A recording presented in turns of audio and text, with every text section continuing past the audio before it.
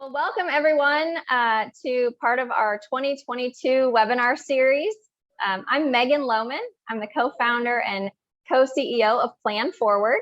Plan Forward is a dental membership software company, and we have clients in about 40 states across the country.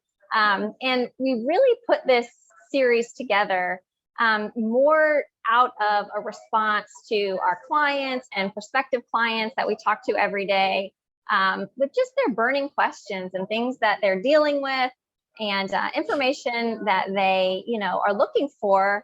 And we thought, why not leverage our network, our team's network, and bring everybody together and make this available. So as part of that series, this is one of the hottest topics right now, I think, everywhere in dentistry. Everyone is wondering, how do we either completely drop out of network and eliminate all the barriers of insurance contracts, or at least start the process with dropping the worst PPO and start the process of getting out of network. So we're so excited to have our amazing presenter here today, Laura Nelson. Before I introduce her and kick things off, I do want to just remind everybody and go through a couple housekeeping items. First, you will receive an email. Since you registered, if you're here, obviously you registered. So you will receive an email with the recording, along with this guide, this getting out of network guide that we're going to reference all throughout today's presentation. So you're lucky enough, you're going to get the recording and that guide in your inbox in the next few days. Also, if you want more resources, there's a landing page at the end of the presentation. We'll put it on the screen, but you will be able to reference more of this information after today's presentation. And it's at our website, planforward.io/drop-PPO-number, spelled out, NUMBER. These webinars are always so much more exciting and fun, especially for the presenters, when the participants are interactive. So please, please, please ask questions. Use the Q&A if you wouldn't mind. Janelle is going to be monitoring that. She's on our team. She's our client success manager, who you see on here. So she's going to be monitoring the Q&A, but please ask your questions. There's no better time. Don't be shy. So with that, let me introduce Laura Nelson.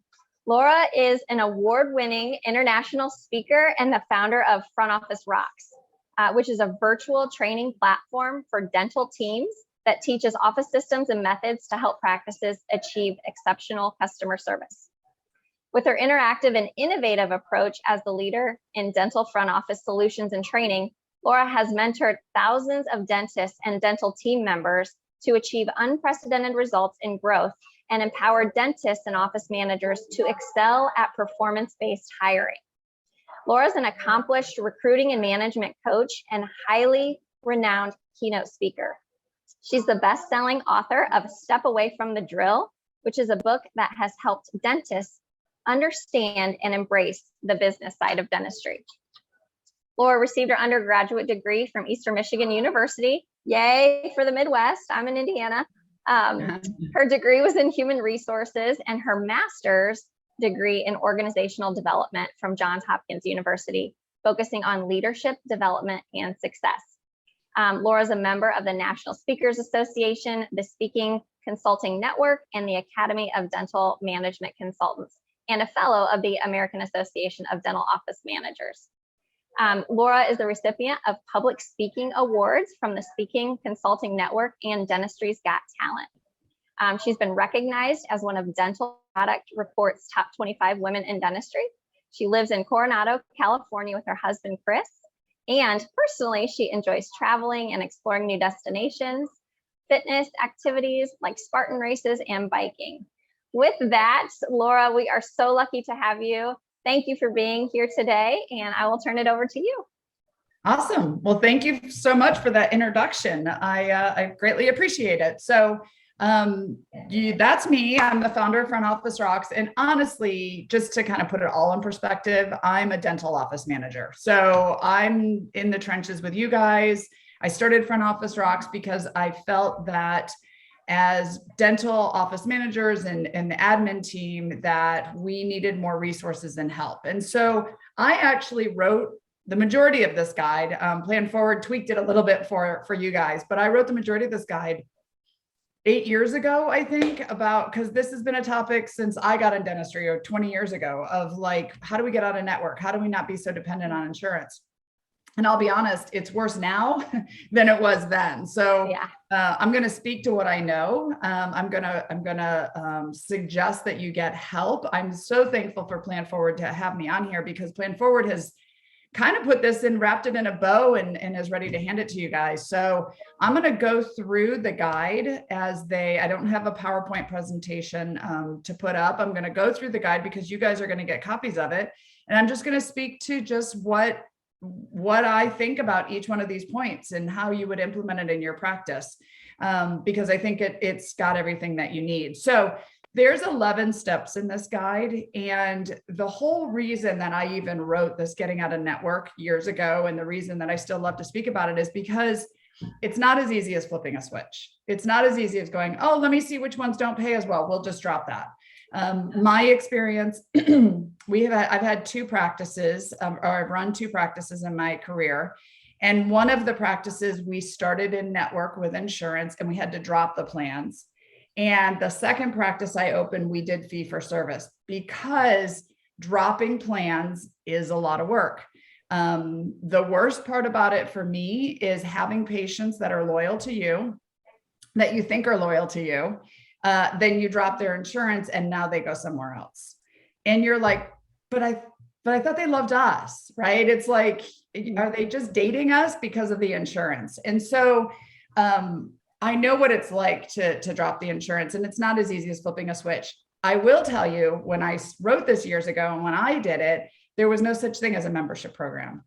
There was no such thing as a membership plan. And it was really hard to watch your patients just walk away, just say, well, I have to go somewhere. I mean, it makes sense, right? Like, they don't want to spend extra money. They've got bills, they've got insurance, but still there was nothing we could say, but, well, you're always welcome back.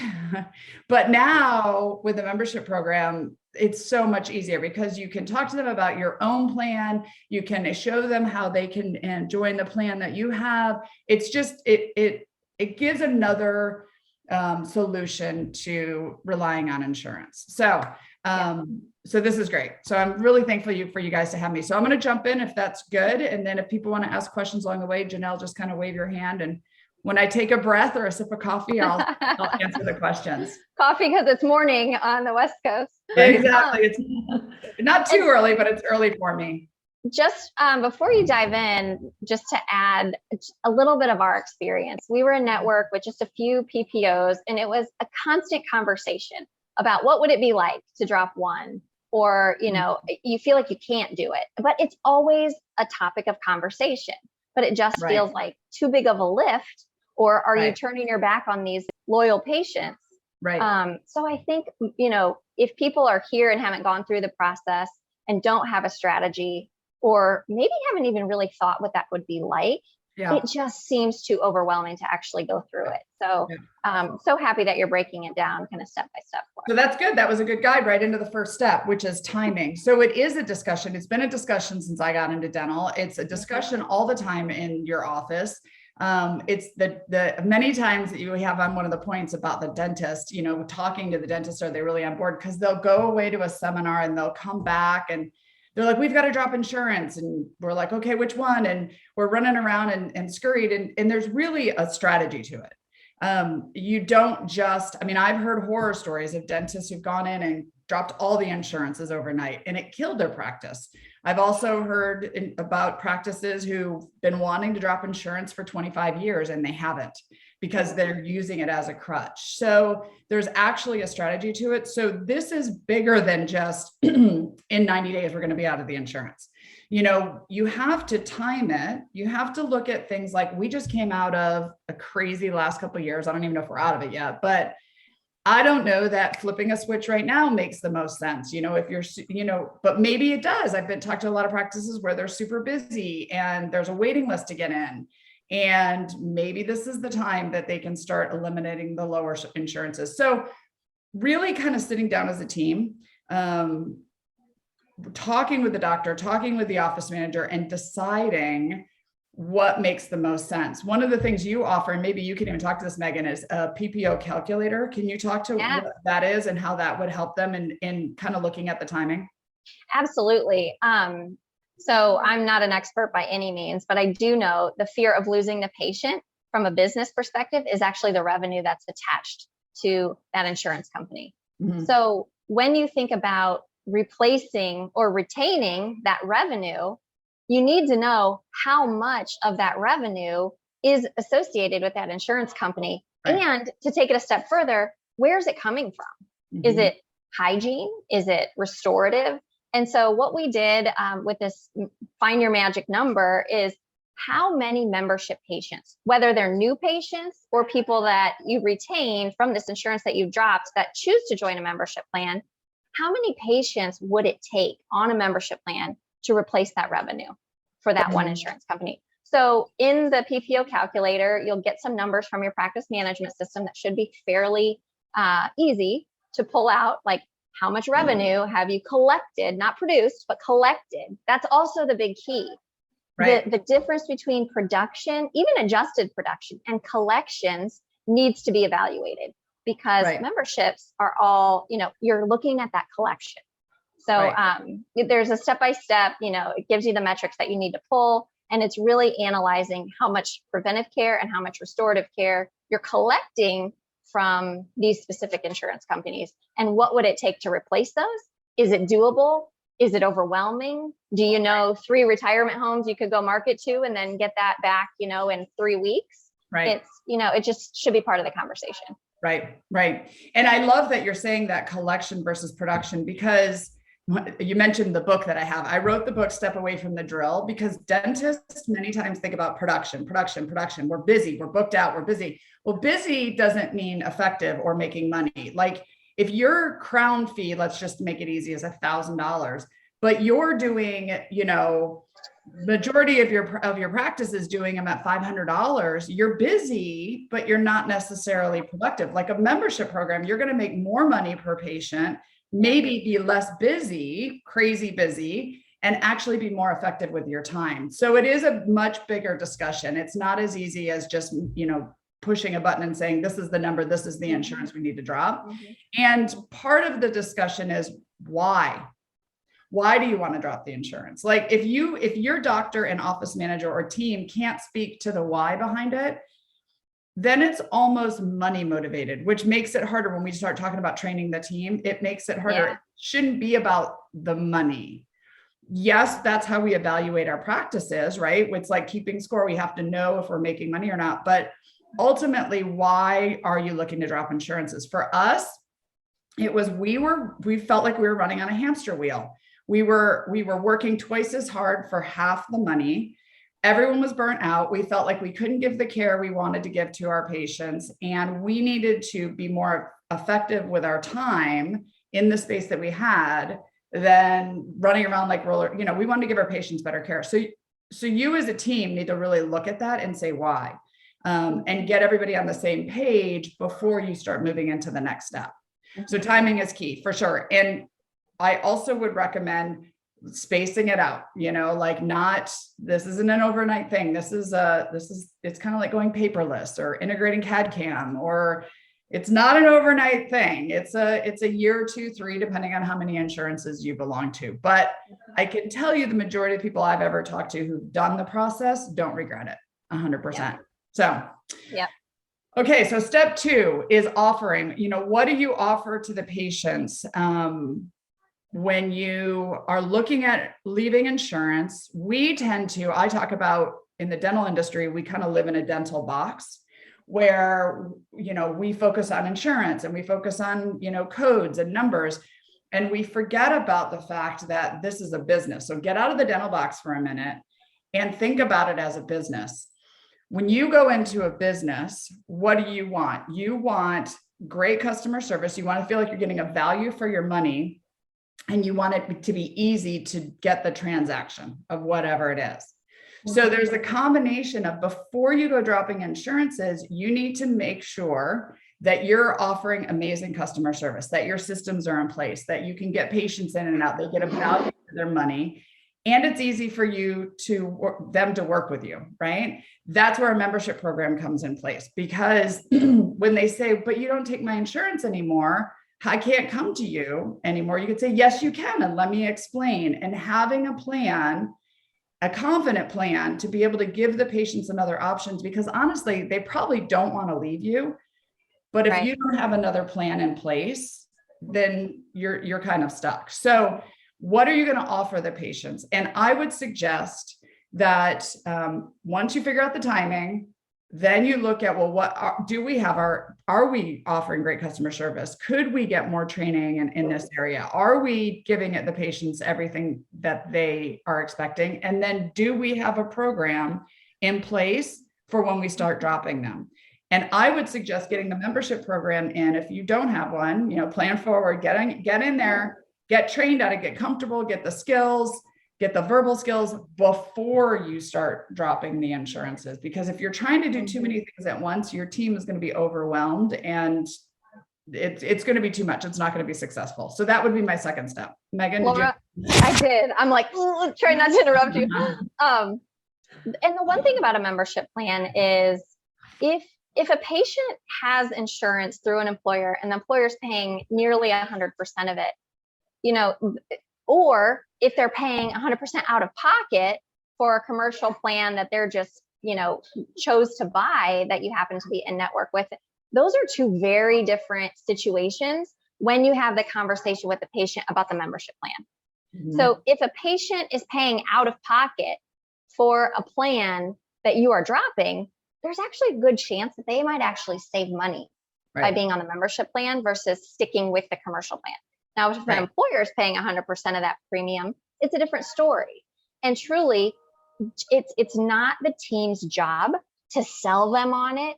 It's just, it's more of a service for you just to have it there and available and be comfortable speaking to it so that they know they have the option, they can do the numbers, or you can help them run the numbers, and they're going to make the best decision for themselves. And that's a really good point. And I talk about training later, but let me bring that up to this point now. If your team, you and your team, whoever's listening to this, whoever's in the leader of this, has to really buy into what a membership plan is, regardless, even if you're dropping insurances or not, because I know I was the one who brought membership into our practice, and I put the brochures in the consult room and I told the team about it at a team meeting. And then I'd walk by and the conversation was just like, oh, and we have this thing if you want it. Here's a brochure. Well, the patients are like, well, and it felt like an after the fact kind of like add-on thing. We have this option. Oh, you're not going to accept the treatment here. Let me give you this brochure. Regardless, your team has to buy into the concept of a membership program. And I like to think of it as like, we belong to Netflix, we belong to Costco, we have loyalty to Amazon Prime, right? And if your team can take it out of dental and think about the real world, things that they use, things that they get a value in, the loyalty they have to something, and understand that with a membership program, patients, whether they have insurance, you're having that insurance discussion or not, but the patients have an option to not have insurance, to come in regularly, to take care of their teeth, which is what our goal is, right? To have them in regularly. A lot of times I have dentists who will say, yeah, but my cash patients are paying cash. Go run your reports. Your cash patients are paying cash, but they're not getting their dentistry done, right? And I know that, if you offer a discount to out-of-pocket amount, they think, oh, it's a discount, but you're like I said, if you've got $1,000 crown and you're only doing it for $500, for the insurances, you're giving the insurance a discount. I'd rather give the patient the discount and get them in. So fully, you have to wrap your head around the value of a membership program in this phase, and that your team understands it and is successful at it and comfortable with it before you really start going through those PPO, dropping the insurance discussions.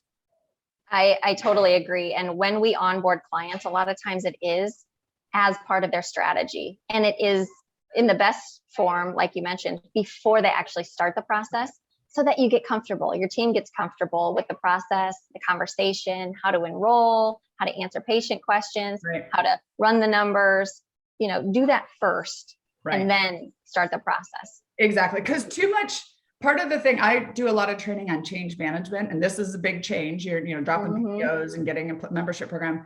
The reason change fails, the reason people have like negative response and reaction to change is sometimes we try to change too much at once and then we fail at it. And there's a lot of offices that I know have tried to go paperless, have tried to implement CAD/CAM, have tried to implement sleep, have tried to do a membership program, and they failed. Well, it's because you're trying to change too many things at once. So where we talk about timing, if you're looking at dropping insurances first, let's talk about why, then let's talk about what else are we going to be able to offer our patients and get that going. Learn the system, learn the software, learn how to have those discussions. Then you can move into start dropping the insurance, because we don't want to, the team has enough to do. We don't want to throw like, tons of things at them all at once. Absolutely. All right. So then the third step is you've gotten the timing going. You've talked about, you got the membership program in. Now it's actually looking at the actual insurances to drop. And I highly recommend, if you're a very PPO driven, insurance driven practice, that potentially that you look at getting really well trained, having somebody who really knows insurance on your team, or outsourcing and getting help. Because like I said, when I did this 8-9 years ago, if you belong to MetLife, you're a part of MetLife. That was it. Now you're in these umbrella programs and there's everybody owns everybody. And so at the end of the day, we don't want to mess this up for the practice, right? We don't want to drop one insurance and find out we also just dropped 42 other ones. So really make sure you're knowledgeable on the insurances. Make sure that you've looked at the plans that you've signed, that you know the rules around it. Like, somebody needs to lead this effort, whether you have somebody in the office or you have somebody outsource or use a company to do it, whatever. And I don't know if you guys recommend companies or not, but just somebody really well-versed needs to understand this, because it can be convoluted. And I'll tell you, I'm the last one to be a detail-oriented person. So I wouldn't be the one running this in my practice. I'm not good with the small print and the details. I would get someone else that really understands it to do that. The leased network or the umbrella plans is such a good point. I remember, calling on insurance and getting a fax back and thinking, okay, we are a member, we do take Anthem. We're not in network with Cigna, but all of a sudden this Cigna EOB would be paid as a network. And we had no idea until that claim is actually paid. You have no idea that plan is part of a leased network through a different insurance company. So knowing what is that actual impact if you drop one, how many leased networks do they have? That's not easy information to find out. No. So having somebody help you through that process, I think is super smart. And I think too that,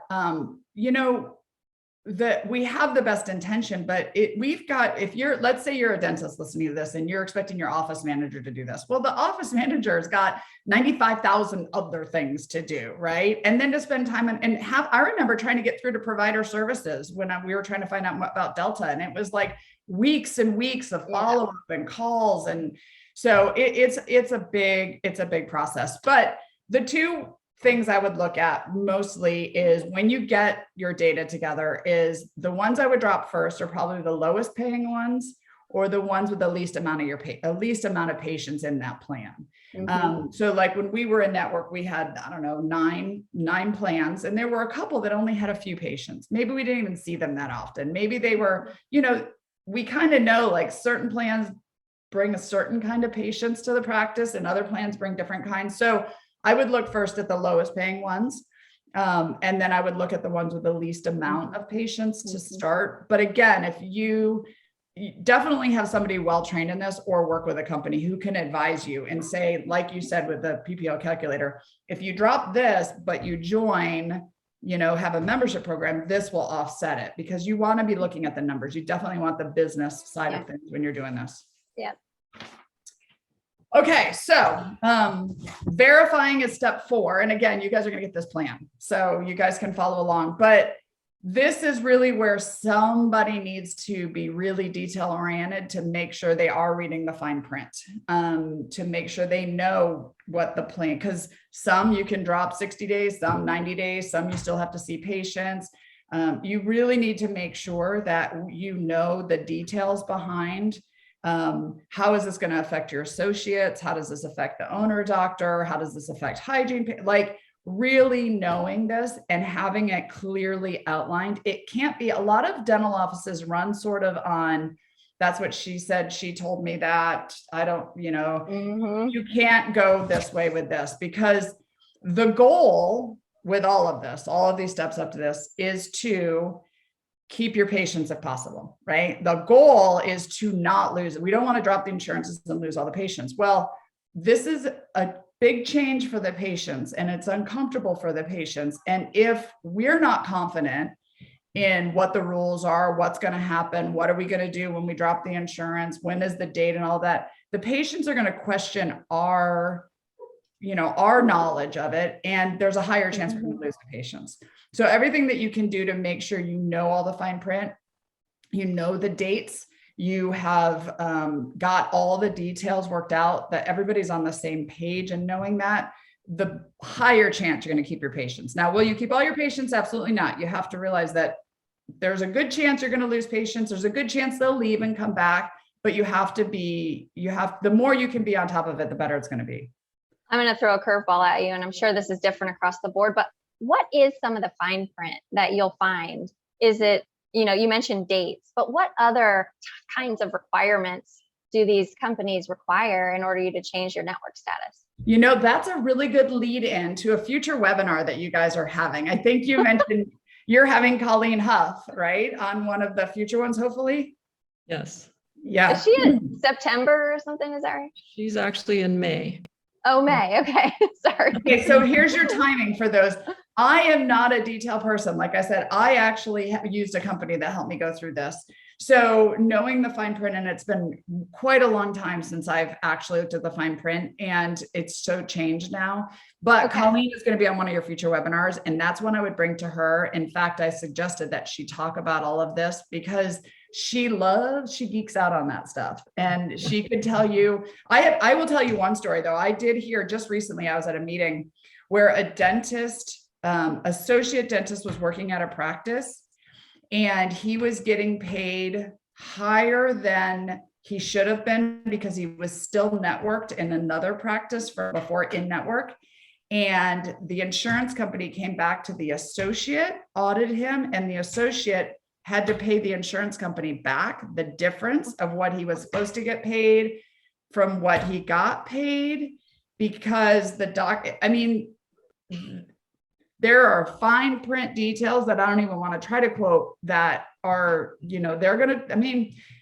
we're not anti-insurance here. I just want to, it's not, insurance is part of our game. It's part of dental, but we have to understand that the purpose of an insurance company is to make money, right? Like we have insurance, they give us insurance, life insurance, house insurance, whatever. Their goal is to make money because they're betting on the fact that probably everybody won't need, to get the insurance.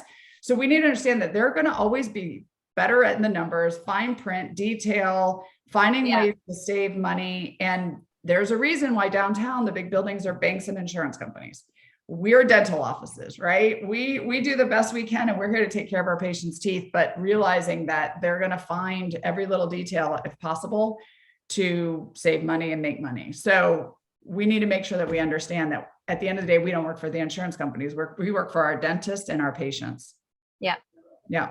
So I skirted that one. You guys got to come back to the May one. So, all right. So now you've talked about timing in the sense of big picture. You've got your membership program in, you've gone through this, the details. Now it's time to start planning the change.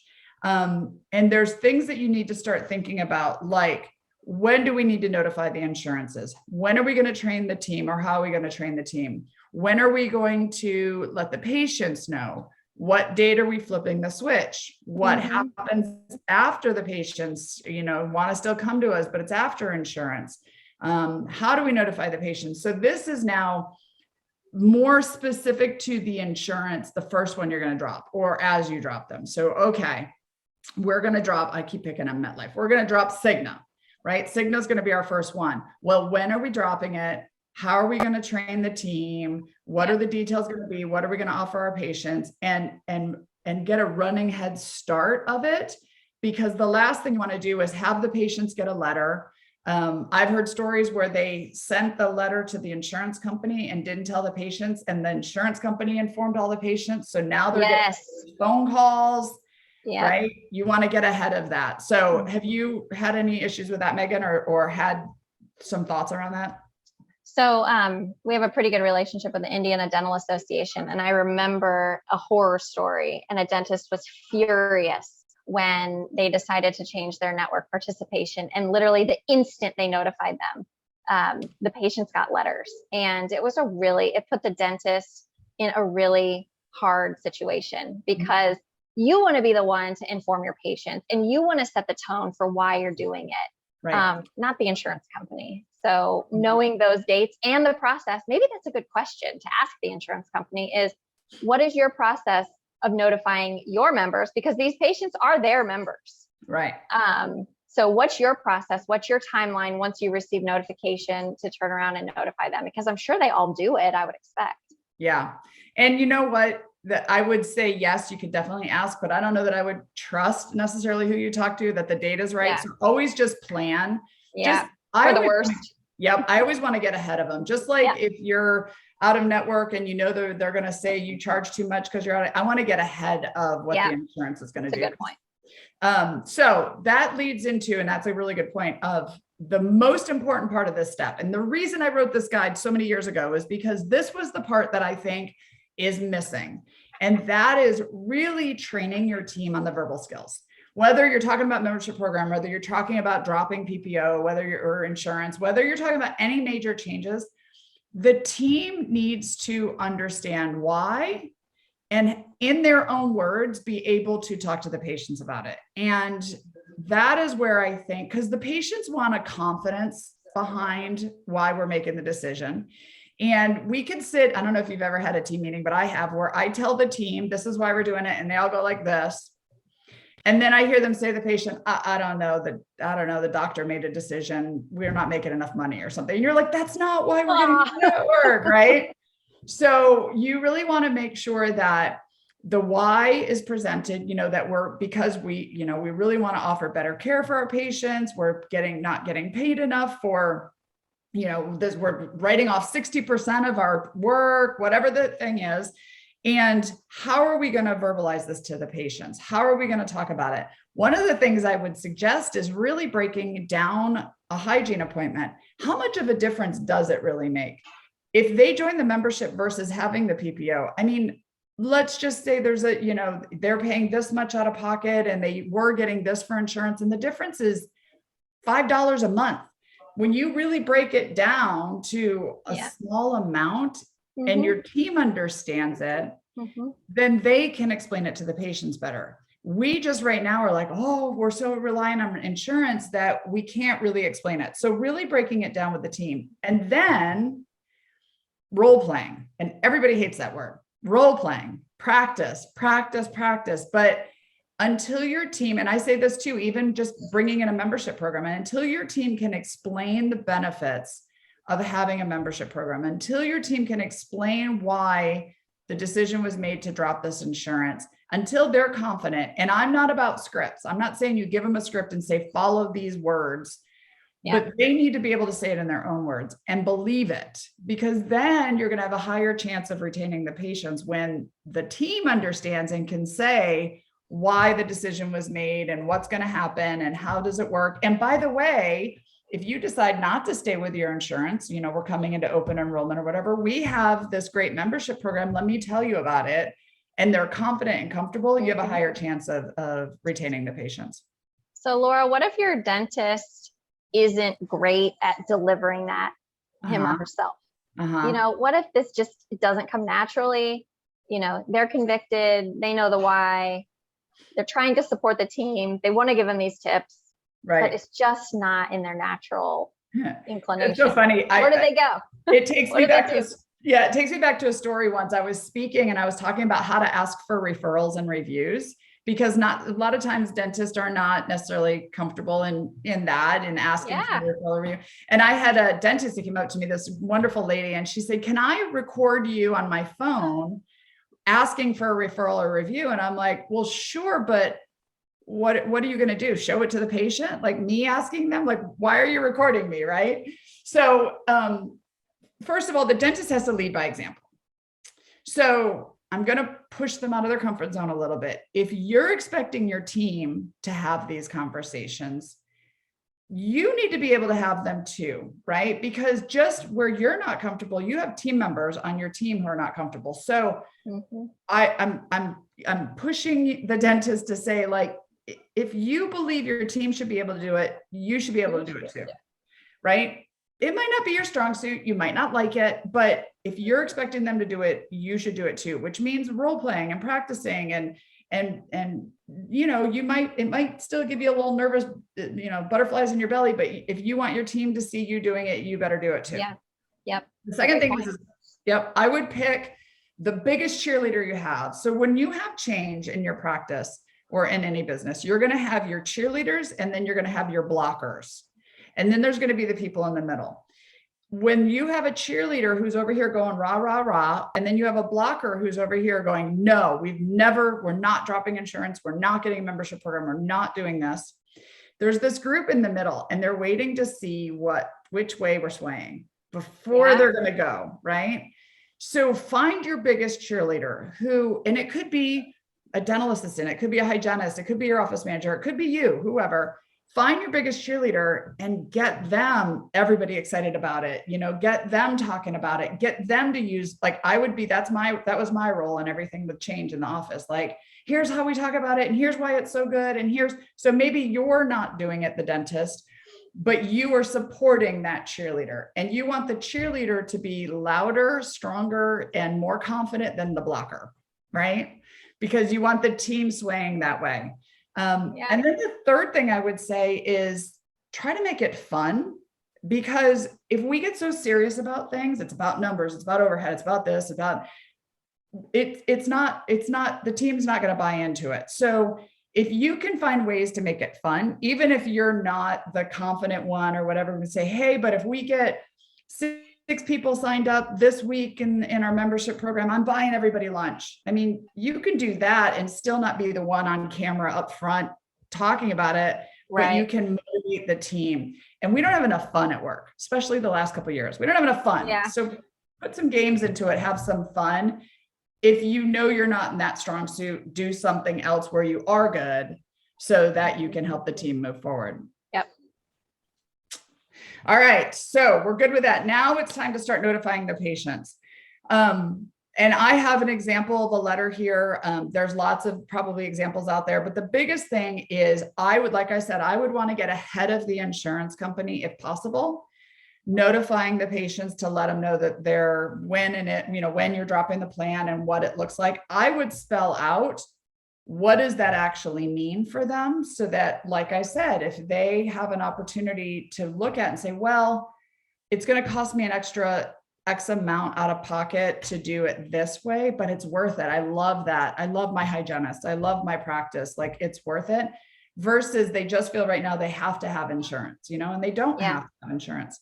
I would, if you can use your membership program and put it in the letter that says, we offer this. If you decided that this, because more than likely, I don't know if I can say this, but if you think their insurance sucks, so do they.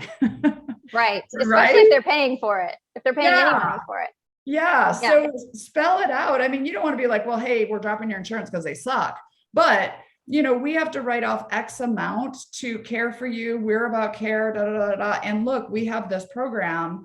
We've included a flyer. We've included a brochure. Go to our website, whatever it is you have, but get ahead of it with notifying the patients before the insurance. Yeah.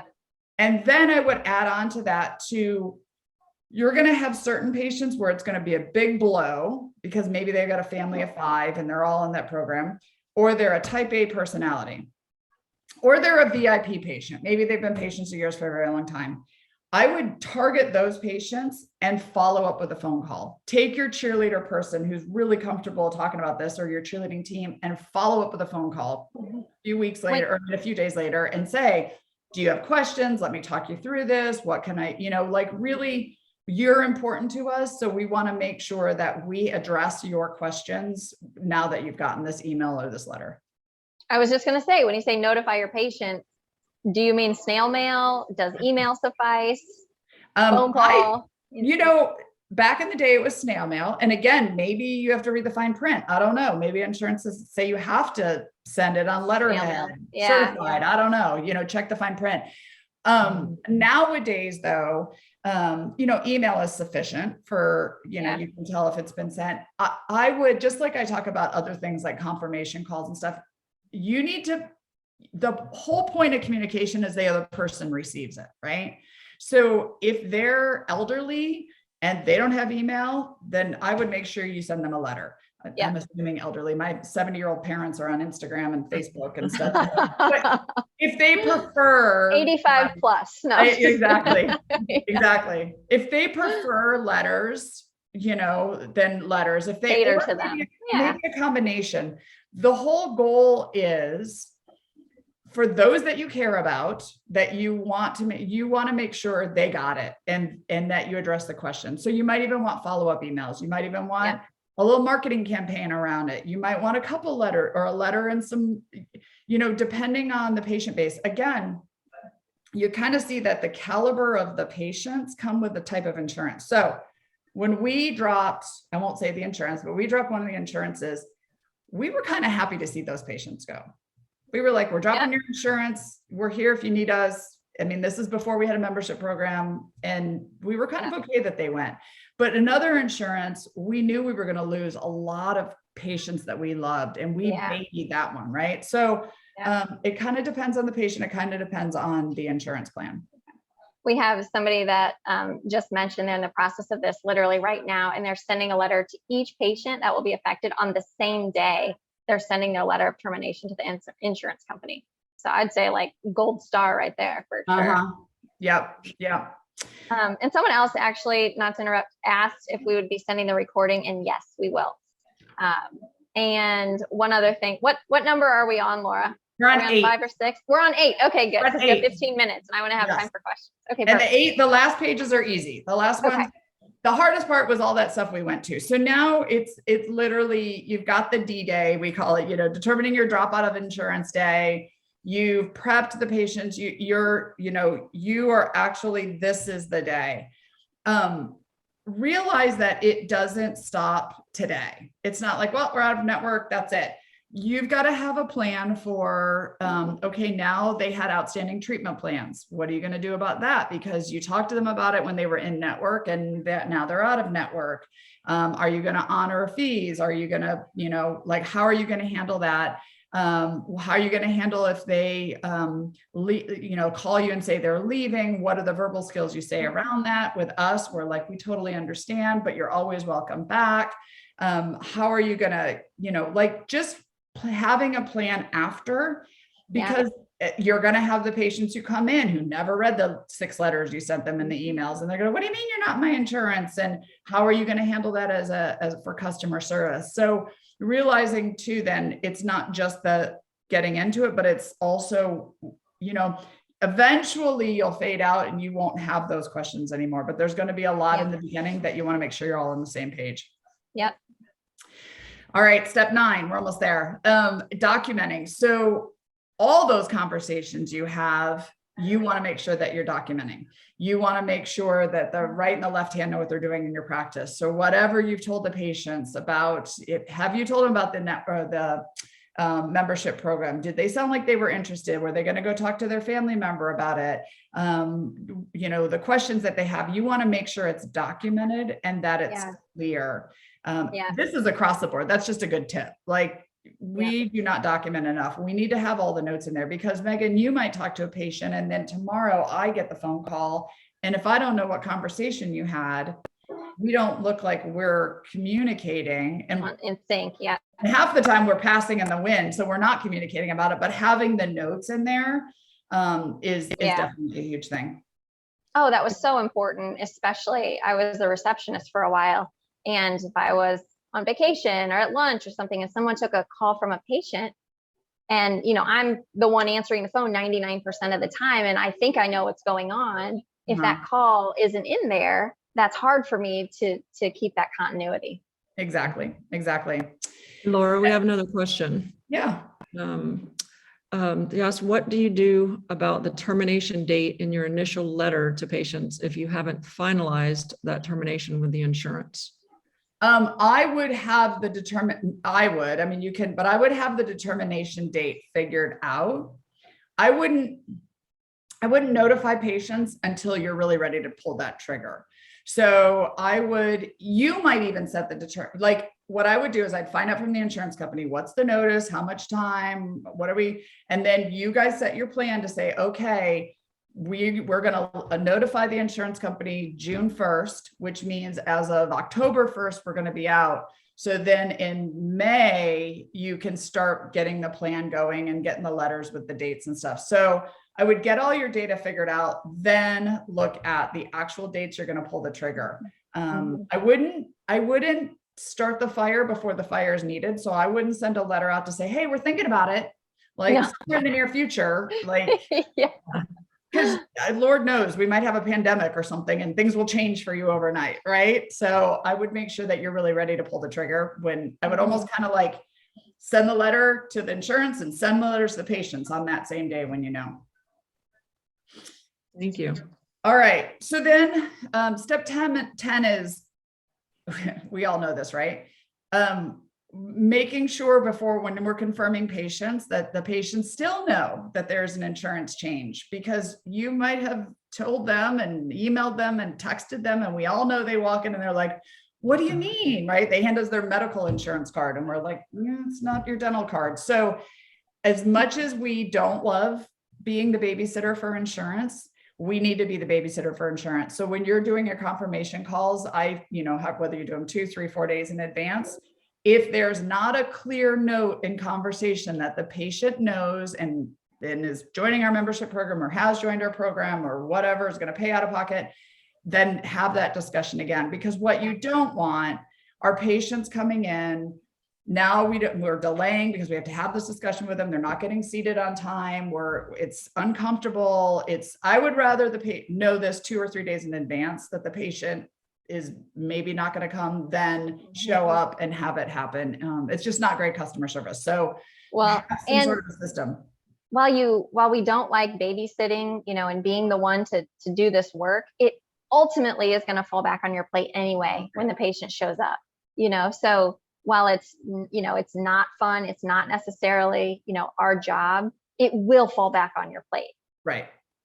Yep. And it'll be worse for it. Definitely. Yeah, you're going to have the claims that come in and then they're going to be surprised and they didn't know, which is the last part then is now we have to start paying attention to the D date, where the patient's in before and after and claims coming in and getting paid. And then we all know you could notify the insurance company, and this happened to us, and then they're still paying you in network after the date. And you're like, nope, here's the letter. And so again, that detail-oriented person, the Colleens you're going to have on, she would be the person that's going to trigger and call the insurance and nope, you're not paying correct. And it's going to be messy, which is why I wouldn't do all the insurances at once. I would do, get your membership program in, get people comfortable with that. Then get one insurance, start with the little ones because those will have the least amount of impact, get some practice with it, then start to grow from there. And then, maybe you decide to be fee for service. Maybe you're not, maybe you keep 1 or 2 big ones that are big in your area. That's okay. It's whatever works for your practice, but it's baby steps to get there. Mm-hmm. So that's it. And then you're out of network and then life's great and you don't have to worry about anything ever again.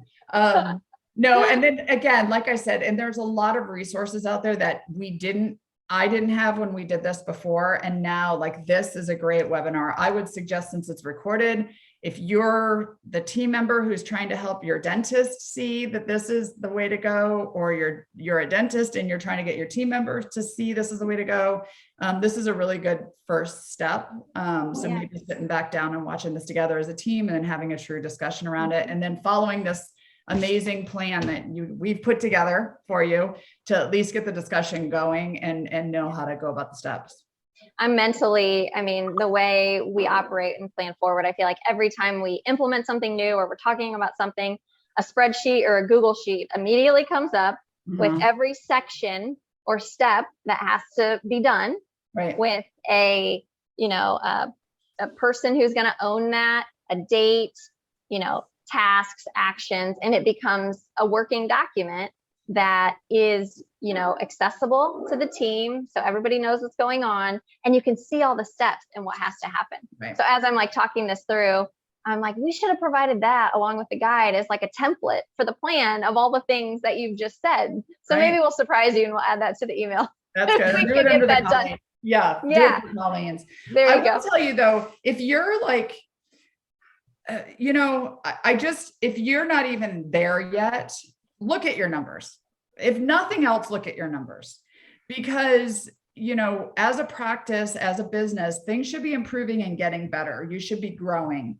And the problem is if you're not really looking at the numbers like a business person and really analyzing the numbers, and I know there's a balance, like I kind of talk about it like a sailboat, like we want to focus on patients, but we also have to be a business that makes money. And so if you're like, well, we're not even close to that yet, just at least start by pulling your reports, running the plan that you have, the calculator, and just seeing where are you. And if you're great with it, awesome. But when you really look at the numbers, a lot of times you're like, wow, this is not necessarily why I got into dentistry and what I want for my practice. I was just going to say, it ties back to your why. What's motivating you to even look at the numbers? Do you feel like you don't have enough to reinvest or hire another employee or build out a space, or, you're running around like crazy, you're working more and your earnings are flat, or whatever, that you want to hire a consultant, whatever the case may be? What is the why that's motivating you to look at the numbers outside of this is the hottest thing that everyone's talking about right now and it's difficult, Yep. And I'll tell you, I talk to a lot of people who talk about you have to be insurance, you have to be a network, I'm in Southern California. This is the highest PPO insurance practice area in the country. And we were fee for service. So it can be done, but you have to have the right motivation behind it. You have to have the right. And I've seen dentists who will go open 2 and 3 locations just trying to grow, but yet they're so heavy in insurances. What if you looked at the other way and say, what can we do within our 4 walls and actually, make more for the time that we have, give our patients better care, and, not kill our team in the process. So there's maybe definitely the next follow-up to this, maybe next year, this time we'll do a, now we're fee for service. Now what? Yeah. Because I imagine operating, like how you spend your marketing dollars, what your schedule is like, things change when you're not in network, especially if you were relying on that to drive patients to your practice. Right. And honestly, if you look at what you write off, if you look at your numbers and you look at what you write off for insurances to be part of the plan, that's your marketing budget. Yeah. You're basically in those plans to get those patients into your practice. That's your marketing budget. So just looking at those numbers and saying, wow, we're just giving this to the insurance company when we could be spending this on marketing. One other point I want to say too is whether the patients decide to stay with you or not, whether the patients are in network or not, whatever, talking to every single patient, whether they have insurance or not, about your membership program is very important, because 2 things. One is that patient might have insurance now and they might lose the insurance. You might not drop their network, but they might. We just saw this with everybody with working from home and companies trying to save money. And you want them to know in the back of their head that if they lose insurance, they can still come to you because you have a program, whether they decided to do it now or not. The second is they have family and friends. Absolutely. Who have insurance. So you want them to know about your plan, because usually when people are talking about the dentist and they're like, oh, well, I can't go to the dentist, I don't have insurance. You want your patients to know, oh, well, you should go to my dentist. They have a membership program. You don't need insurance to go to them. And we got a lot of new patients that way. So you shouldn't just be talking to your, fee for service patients. You talk to all of them about it. Yep, absolutely. Sorry, I just switched the screen right there because I know before we ended, you wanted to mention a special offer. Yep. So you can reach out to me if you have questions. Plan Forward you can reach out to them if you have questions. But if you're interested, part of the customer service type of thing is what we focus on at Front Office Rocks, getting everything, getting what the patients are expecting into your practice. So we offer at Front Office Rocks, if you use that code, $100 off the first month. We're a membership-based website with thousands of hours of training videos to help your team in all aspects of running the practice. So $100 off if you use the code DW2022ROCKS. So just come to Front Office Rocks if you have questions, and you can use that code for a discount. Perfect. That's awesome. If you're not a customer and you want to know more about membership plans, our website's right there, planforward.io, and specific information related to today's presentation is /drop-PPO-number. Are there any other questions, Janelle, before we wrap up? We don't have any in the Q&A, but I'll leave it open for a minute if anybody wants to ask a question, or you can rate. Oh, there's one. How about that? Okay, perfect. It says, while being out of network, thus not being under contract obligations with the insurance company, is there any way for a patient to utilize their insurance provided via work benefits while also being a part of the membership plan? And then the next part of that was, where do we create the value, access to care? That's what I'm caught up on. I'm going to let you answer the insurance membership program question. Yeah, in general, a patient can't use both. They can't use their insurance for whatever benefits they can max out there and then be on the membership plan. And honestly, I'm not sure cost-wise that would be in the patient's best interest to have both. So if they're questioning the value of that insurance plan, I would just ask them what they're paying in the premium every month out of their check, or every paycheck. See what they're paying out of their premium and see what they're paying out of pocket. Total that up and compare that to what they would spend on your membership plan. That might help them make a better decision on whether to stick with the insurance or opt next year during open enrollment, drop it and join your membership plan. Yep. And a lot of that is too, that getting your team trained on that, to know those numbers too, for the bigger plans in your practice, because when they start calling in the fall and saying, I'm not sure if I should join insurance or not, you want your team to be able to do that process with the patients, because they may decide it's not valuable to stay with the insurance, and it makes more sense to come on the membership program.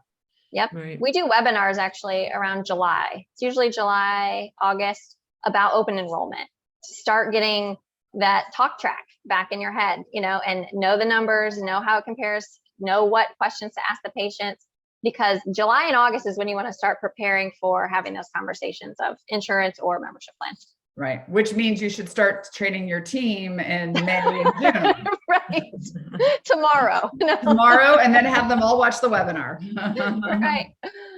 Well, I don't see any other questions. If anybody has a question, please feel free to throw it in the Q&A or raise your hand. And I see one in the chat, I think, Janelle. How do you deal with specialist referrals? Some patients will end up paying a lot using a specialist for, say, a molar root canal, or alternating perio maintenance.